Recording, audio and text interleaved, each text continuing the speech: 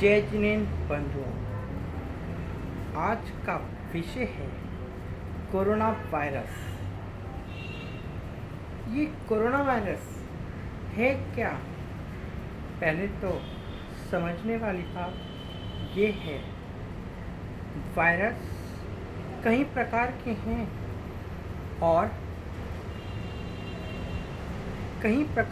हैं और मेन उद्देश्य की बात ये है कि वो वायरस क्या क्या नुकसान पहुंचा सकते हैं। वायरस जो नुकसान पहुंचाते हैं,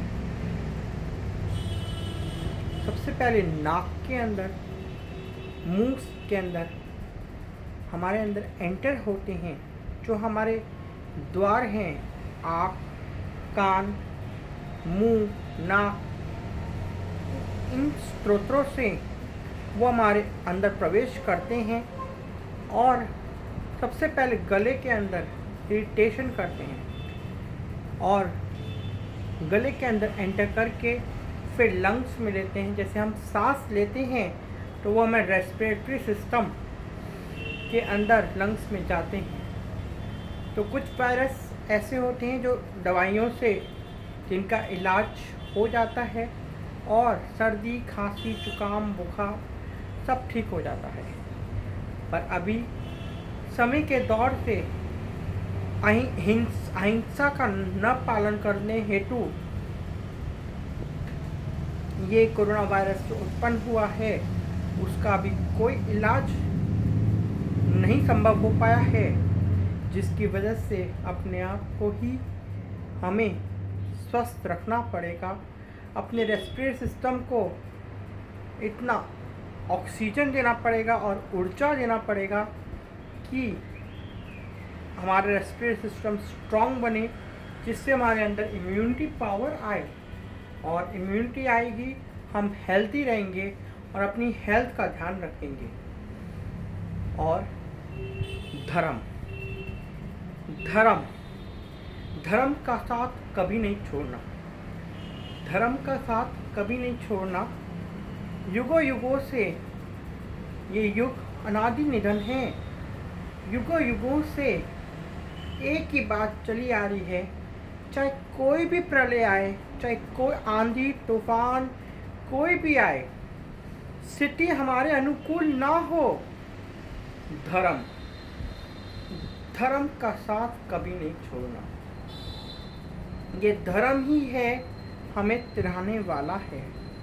धर्म द्रव्य हमारे को चलाने में सहायक है और अधर्म द्रव्य हमारे को रोकने में सहायक है। तो हे बंधुओं, धर्म, आज हम इतने सौभाग्यशाली हैं कि हमें जैन कुल मिला है, मनुष्य भाव मिला है, उत्तम सैनन मिला है, संतोष संस्थान मिला है।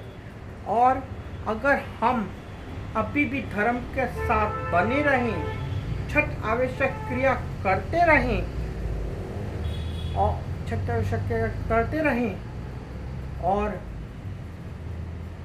धर्म का साथ हमेशा रहें, भगवान की आराधना, देव पूजा, गुरु पास्ती, स्वाध्याय, संयम, तप और दान, ये सब हम करते रहें और अपने हेल्थ को ठीक रखें।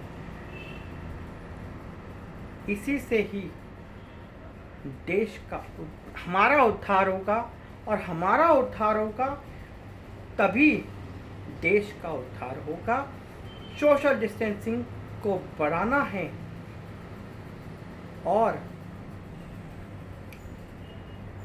इमोशनल डिस्टेंसिंग को कम करना है। उसी से ही देश का उद्धार भी संभव है। और जो हम धर्म करेंगे, देव पूजा, गुरु पास्ती, स्वाध्याय, संयम, तप, दान, उससे जीव दया का पालन होगा, अहिंसा की विजय होगी, अहिंसा का पालन होगा और अहिंसा का पालन होगा। अहिंसा का पालन करके ही हम देश में वापस समृद्धि बना सकते हैं। यही मैं आज के लिए।